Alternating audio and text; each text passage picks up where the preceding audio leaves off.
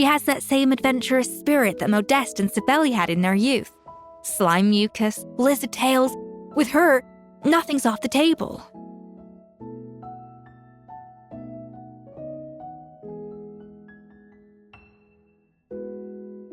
There's a whole world of new flavors out there waiting to be explored, hiding away in ingredients we overlook.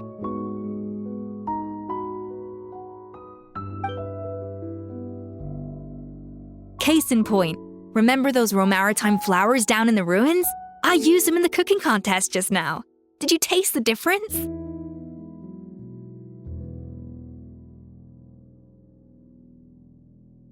What? Paimon didn't notice at all! Half of the art of cooking is dissecting the recipes of previous chefs and figuring out the exact constellation of elements that gave their work its signature taste. And the other half, it lies in freeing yourself from the confines of the kitchen. You've got to go out and explore the endless possibilities out there. Uh-oh. Paimon's suddenly not sure she wants to try your cooking anymore.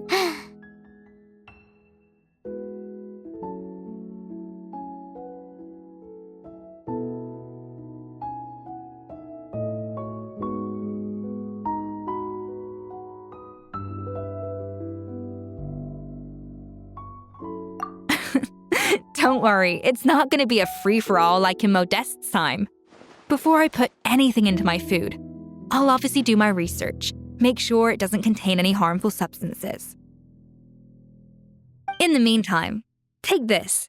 It's a recipe for Petit Gâteau de Bourg revised version. I tweaked it to suit your needs as busy adventurers. Hope you enjoy, and remember, feedback is always welcome. All right! So, do you ever see yourself returning to Hotel de Bourg? Oh, of course. I've already promised Vanishem that I'll come back every once in a while to make sure the quality of the food remains at an acceptable level.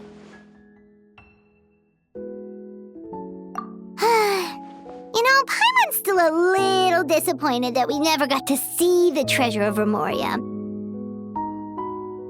Surely Monica wouldn't have gotten drawn in so deeply if it wasn't for all the mystery surrounding the original Gâteau de Bourg. She practically dedicated her life to finding the lost pieces of Modeste's diary, then went to all that trouble to infiltrate the Hotel de Bourg. And in the end, it was all for nothing.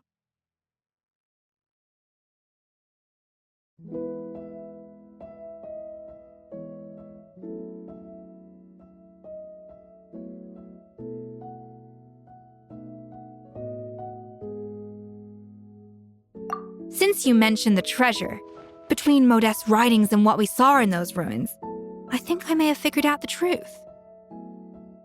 The so-called treasure of Remoria was most likely a substance that the Remorians extracted from lumitoids, better known to us as lumiline.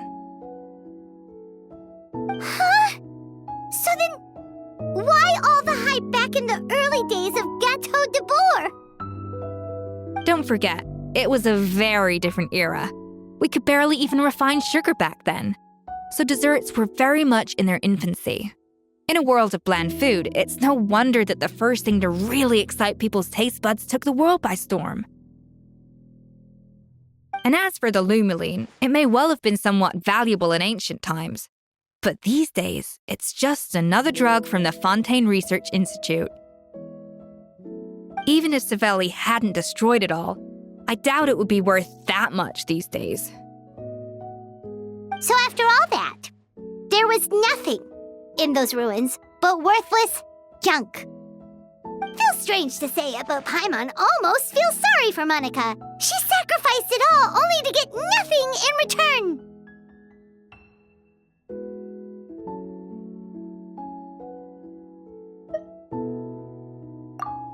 Hey! Huh? Navia? You just got back from that underwater ruin, right? Well, check it out. They ran a special issue. Did you see anything like this down there? Freshly unearthed from the ruins of Rumoria, a magnificent jar thought to be over 1,000 years old. Experts say it has immense artistic and historical value. It could be worth an absolute fortune. Wait! Isn't that the jar they used to hold the treasure?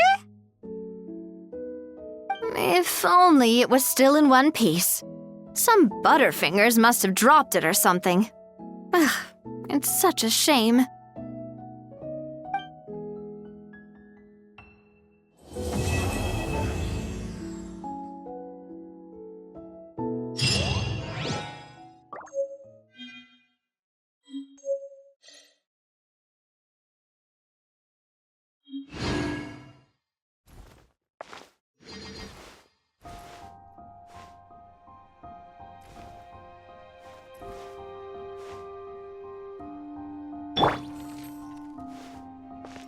We cannot just rely on the ocean's self-cleaning ability.